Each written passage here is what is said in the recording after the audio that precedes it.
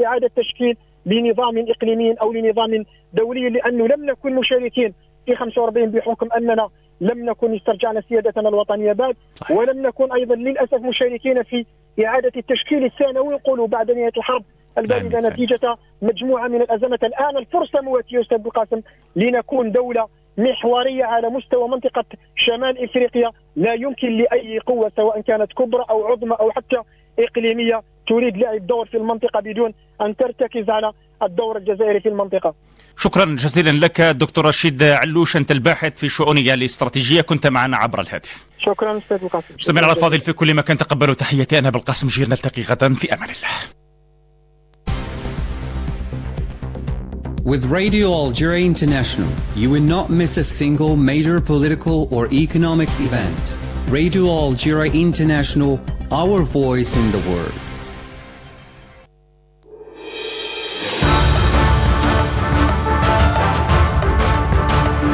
This is the English service of Radio Algeria International. It's time for the news. In today's top stories, the high-level seminar on peace and security in Africa has ended its 10th edition in the western city of Oran. The Foreign Affairs Minister Ahmed Attaf stressed that it was the occasion to review the progress made in the last decade and to highlight the necessary efforts to be made. New air strikes today were launched by the Israeli occupation forces against various parts in the Palestinian territory. Hello and welcome to Radio Algeria International. I'm Jamal Thamani.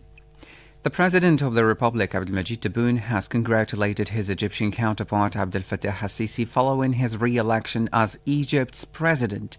In a letter sent to the Egyptian president, Tebboune extended his congratulations, saying he hoped his re-election for a new term would help achieve more development and progress and would reinforce his leading role, especially during the current situation, which is characterized by regional and international challenges.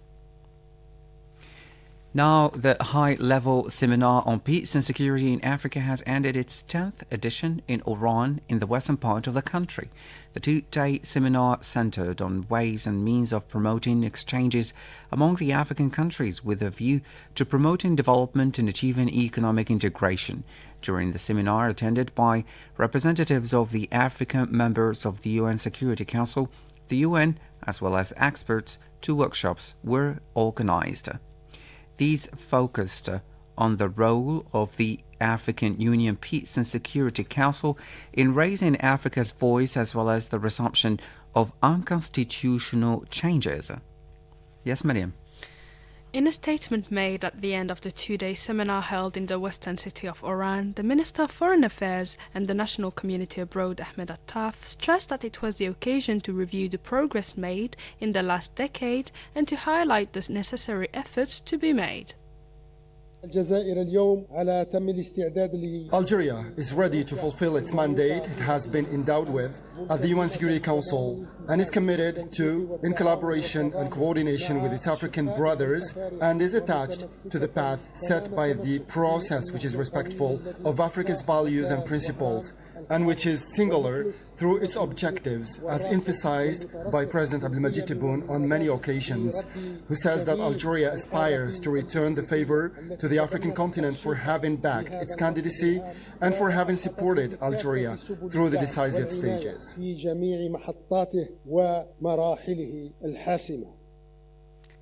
Mr. Attaf emphasized the success of the 10th edition, starting with the participation of all the members of the African Peace and Security Council and the African members of the UN Security Council, former and future members, as well as a high representative of the Commission of the African Union and the UN. On his part, Uganda's Minister of Foreign Affairs, John Mulimba, highlighted in his speech the importance of the seminar in meeting the continent's aspiration for peace and development. Outside the meeting, Mr. Attaf had talks with his Ugandan counterpart, Mr. John Mulimba, on bilateral relations and economic integration. We have been discussing on how to deepen our bilateral relations, especially to do with political consultation, but also to increase on economic integration, economic bilateral relations between Republic of Uganda and the People's Democratic Republic of Algeria. The meeting has been so warm, and we have talked about practical issues, whereupon we have shared, including concretizing the invitation that we gave to His Excellency, the President of the People's Republic of Algeria, to come to Uganda to attend the non-aligned movement. Remember, Algeria is one of the few countries in Africa which hosted non-aligned movements.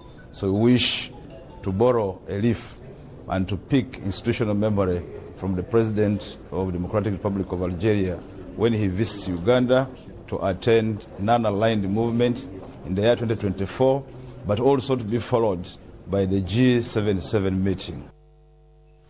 That was Uganda's Minister of Foreign Affairs, John Mulimba. The chairman of the National Human Rights Council, NCHR, Abdelmajid Zalani, has received the UNICEF representative to Algeria, Katarina Johansson. During the meeting, Mr. Zalani stressed the commitment of the Council to spare no efforts to protect and promote human rights through the setting up of interactive programs with the different concerned parties. In this context, he highlighted that visits in specialized children's centers were scheduled, as well as the participation to activities and workshops assessing the reality of children in Algeria. The Council examined through its Permanent Commission of Women, Children and Vulnerable People the legal framework of children's rights in order to promote and protect them. The UNICEF representative, Mrs. Johansson, for her part expressed the will to examine the means of cooperation between the Council and UNICEF as part of the 2023-2027 partnership, stressing that the Algerian authorities have taken all the measures to ensure the well-being of children through social policies in compliance with the UN Sustainable Development aims. Back to you, Jamin. Now to the Middle East, where despite calls for a cessation of hostilities in Gaza, new airstrikes were today launched by the Israeli army against various parts of the territory. Palestinian sources said 25 people were killed in the Israeli strikes that hit overnight the southern towns of Rafah and Khan Yunis. 13 others died in the renewed bombardment of the refugee camp of Jabalia in the northern part of the Gaza Strip.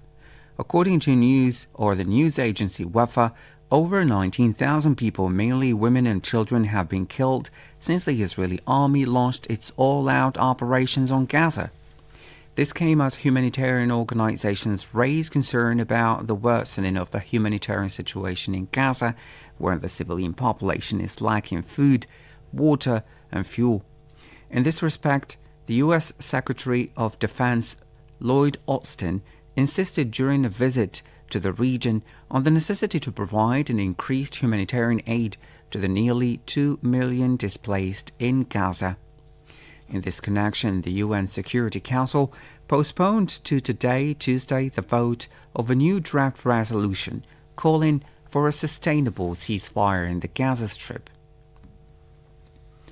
Now, the Special Representative of the Secretary-General for Libya, Abdoulaye Bathily, has told the Security Council that for the first time since the elections failed in December 2021, Libya has now a constitutional and legal framework for elections in place and urged stakeholders to build on this important achievement.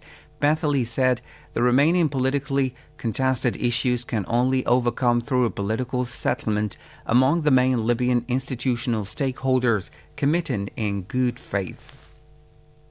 For the first time since the elections failed in December 2021, Libya has now a constitutional and legal framework for elections in place, considered technically implementable by the High National Electoral Commission. Electoral laws alone cannot make elections happen if relevant actors are not genuinely committed to their implementation. The formation of a unified government to lead the country to elections required by the electoral laws and welcomed by Libyan citizens of all sides can only be realized if the major actors act in a spirit of political compromise. United Nations agencies have sounded the alarm over the escalating food security crisis in Sudan, calling for immediate and decisive common action to avert an imminent humanitarian catastrophe. The United Nations Food and Agriculture Organization and the World Food Programme indicated in an analysis that 17.7 million people in Sudan, or 37% of the population, are facing high levels of acute food insecurity. Meanwhile, the African Union Commission Chief Musa Faki Mohamed has called on the Sudanese armed forces and the Rapid Support Forces to immediately cease hostilities and participate in negotiations towards building and sustaining peace in Sudan. He reaffirmed the readiness of the Continental Bloc to continue to work with key national stakeholders and regional and global actors to achieve a meaningful resolution to the current crisis in the country. In a statement, the AU chief expressed concern at the deteriorating security situation in Sudan, in particular the reports of the renewed attacks on the Abu Shak camp for the internally displaced persons in Al-Fashar. Now, the United States has announced the launch of a multinational force to protect trade in the Red Sea after attacks by Yemen's Houthi rebels forced at least a dozen shipping lines to suspend operations. U.S. Defense Secretary Lloyd Austin has said that Bahrain, Canada, France, Italy, the Seychelles and the United Kingdom would be among the countries joining the 10-nation multinational security initiative. The announcement comes as the US and the UK navies said over the weekend that their destroyers had shot down a total of 15 drones in the waterway. The Houthis have ramped up drone and missile attacks on vessels and key shipping lanes since the start of the Israeli offensive against the besieged Gaza Strip, targeting ships to have links to the Israeli occupation. You're still listening to Radio Algeria International. Next, a program on the main achievements of President Abdelmadjid Tebboune since his election.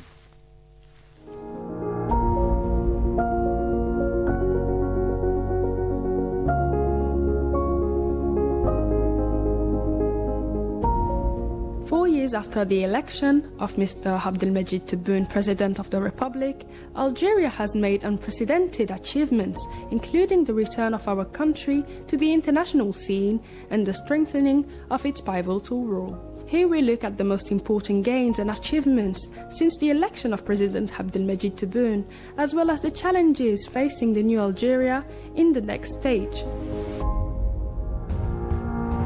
Following his elections, President Tebboune held several consultations with various political forces and national figures who underlined their support for the ongoing reform process. As soon as he was sworn in, he called on all political parties and national figures to participate in the achievement of national cohesion, to strengthen the international front and support the institutions of the state and backing their strategic orientations.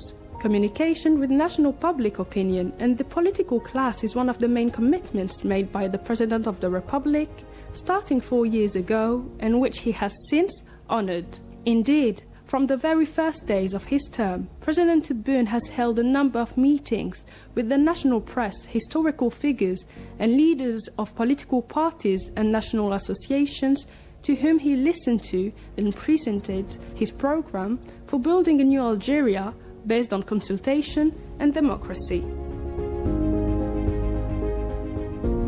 From January 2020, the President of the Republic has introduced a new tradition with the national media, granting them regular interviews, constituting a forum of discussing domestic, political and socio-economic issues. His meetings with the heads of the national media gave him the opportunity to listen to the socio-professional concerns of the media cooperation with the aim of improving the performance of the profession to make it effective as part of the national development process. In an interview, the President of the Republic called on the parties to break with old methods, stressing that they were free to draw up their own political programs, but with national unity and the November 1st declaration as their common denominator.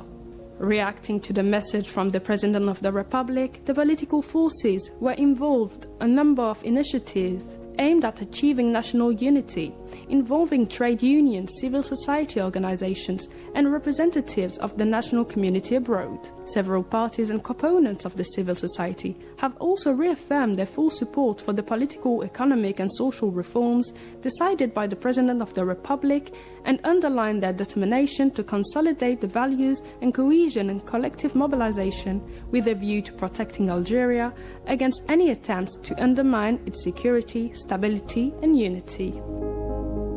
Many international observers agree that, thanks to the sincere and strong will of the President of the Republic, Algeria has, in recent years, consolidated public freedoms and the exercise of democracy and promoted human rights, while strengthening the contribution of all components of civil society in the management of public affairs. There has been a tangible acceleration in the implementation of the program of the President of the Republic, Abdelmajid Tebboune, to ensure a secure supply of drinking water through the launching of the construction of 5 large-scale seawater desalination plants, each with a production of capacity of 300,000 m3 per day. The President of the Republic had instructed the government in mid-2022 to continue implementing the national strategy for the development of non-conventional water resources with a view to improving the drinking water supply. 1 year later, on the 5th of last July, on the occasion of the celebration of the 61st anniversary of the Independence Day of Youth Day, President Tebboune laid the foundation stone for the plant of Cap Janet in the province of Boumerdès and Foucatou in the province of Tipaza, west of Algiers. The state's objective in implementing the project for the new plant in the city of Oran in the province of El Tarf, as well as the province of Bejaia, is to meet the drinking water needs of the inhabitants of the coastal cities and achieve the objective of water security. Concerned about the country's water security, the President of the Republic has repeatedly stressed the need to extend the use of desalination plants to all along the Algerian coastline as a strategic plan, especially as the technology for controlling desalination plants has become purely Algerian. In the wake of his inauguration, the President has launched a policy of economic recovery and affirmed his commitment to rebuilding a powerful economy. The indicators confirm that the national economy achieved significant growth of 5.3% at the end of the year. The trade balance continues to show positive results. It is to record a surplus of $11.3 billion at the end of the current year. Still, with the achievements, Algeria has overcome the burden of indebtedness that certain parties used in order to put pressure on Algeria and force it to review its decisions and positions. In the space of 4 years, President Tebboune's commitments and achievements have helped not only to drive away the stereotype of a country where bureaucracy has kept away economic operators far from its borders, but also to restore the act of investing to its former glory. Yet the challenge was far from being a simple one. Despite the COVID-19 pandemic, President Tebboune had a vision that was both anticipatory and effective. Algeria is once again a highly reliable partner, whether in the automotive industry or energy sectors, including solar energy and green hydrogen, with foreign investors have no hesitation in forging partnerships with Algeria. Today, the figures bear witness to the growing importance of Algeria. By the end of September, the Algerian Investment Promotion Agency had registered 3,734 projects. The introduction of a digital platform dedicated to investors will undoubtedly bring transparency, equality and speed, the processing of applications, as well as efficiency and, above all, confidence. Other actions have also been taken to serve and support the supply model, particularly abroad, with the opening of new sea and air links with West African countries. This region is considered dynamic in terms of commercial transit and consumption of services, accompanied by the opening up of the financial sector by speeding up the launch of Algerian banks abroad, in Senegal and Mauritania, which will in turn have the role of relaying financial links to and from abroad, as well as being financial players responsible for contributing to the commercial dynamism in their countries of installation for the benefit of our future non-hydrocarbon export model. At the social level, this year was marked by the continued consolidation of the gains achieved in recent years. The the state has been able to maintain a stable situation, despite the challenges, including among the most important, the global economic crisis and unstable markets. The state has maintained its social character and continued its support for the underprivileged to preserve the purchasing power of its citizens through adopted procedures and mechanisms, which resulted in a salary increase of 47% for 2024.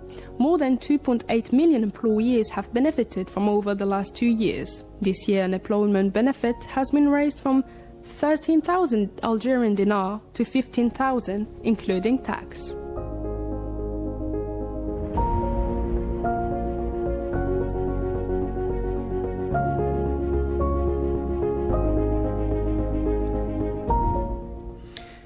This is the English service of Radio Algeria International, broadcasting live from the heart of the capital, Algiers.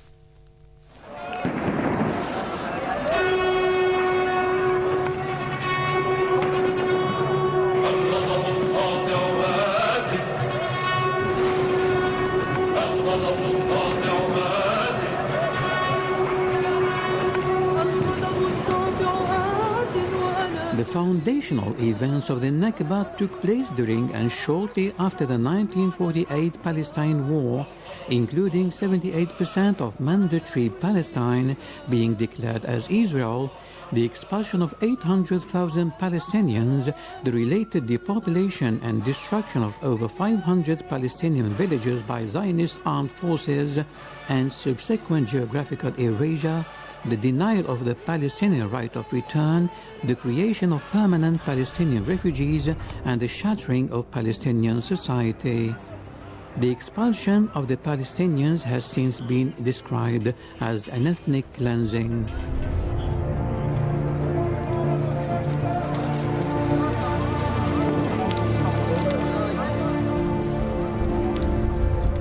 Before the Nakba, Palestine was a multi-ethnic and multicultural society.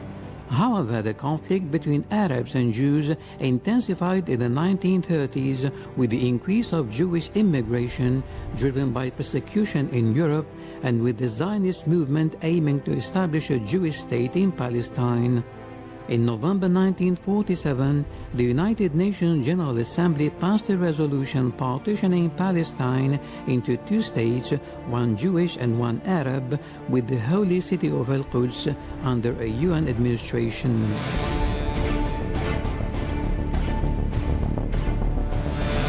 The Arab world rejected the plan, arguing that it was unfair and violated the UN Charter.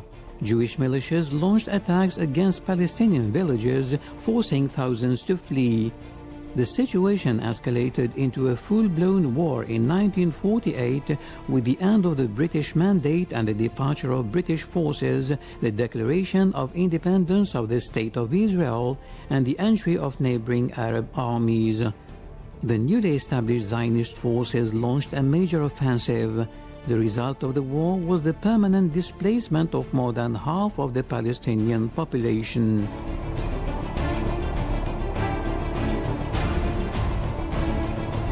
In 1948, 1.4 million Palestinians lived in 1,300 Palestinian towns and villages.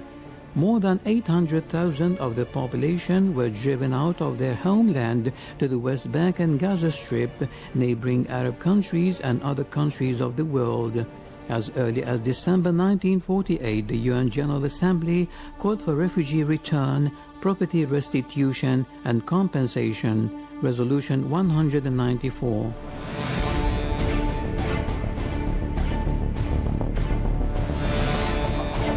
However, 75 years later, despite countless UN resolutions, the rights of the Palestinians continue to be denied. According to the UN Relief and Works Agency for Palestine Refugees, UNRWA, more than 5 million Palestinian refugees are scattered throughout the Middle East. Today, Palestinians continue to be dispossessed and displaced by Jewish settlements, evictions, land confiscation, and home demolitions.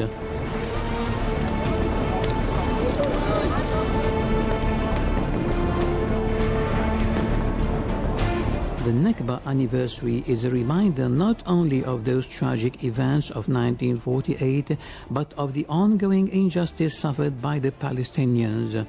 The Nakba had a profound impact on the Palestinian people who lost their homes, their land and their way of life. It remains a deeply traumatic event in their collective memory and continues to shape their struggle for justice and for their right to return to their homes. In 2022, the UN General Assembly requested that this anniversary be commemorated on 15th May 2023 for the first time in the history of the United Nations.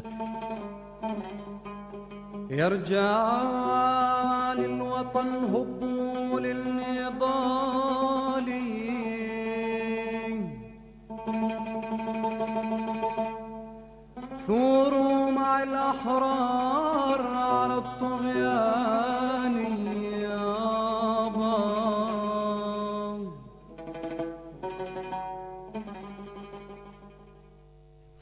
Now here is a reminder of our top stories. The high-level seminar on peace and security in Africa has ended its 10th edition in the western city of Oran. The Foreign Affairs Minister Ahmed Attaf stressed that it was the occasion to review the progress made in the last decade and to highlight the necessary efforts to be made. Fresh airstrikes today were launched by the Israeli occupation forces against various parts of the Palestinian territories.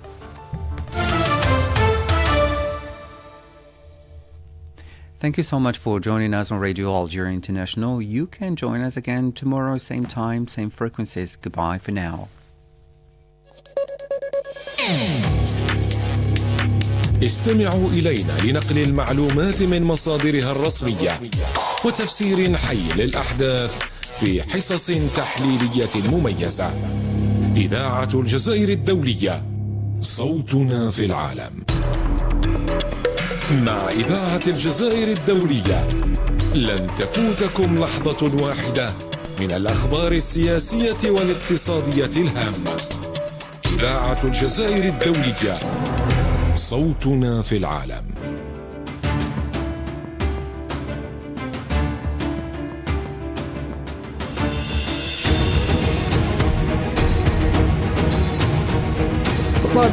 وقت المجزرة هذه الأمة العربية الإسلامية العالم بشكل عام، وقف المجزرة هذه، مجزرة ضد الأطفال، هذا عمره 2 سنين، مش حرام هذه؟ ايش في الدنيا لسه؟ أطفالنا بيموتوا وهم لسه بالسن هذا، مش هذه جريمة العصر هذا. حسبي الله ونعم الوكيل.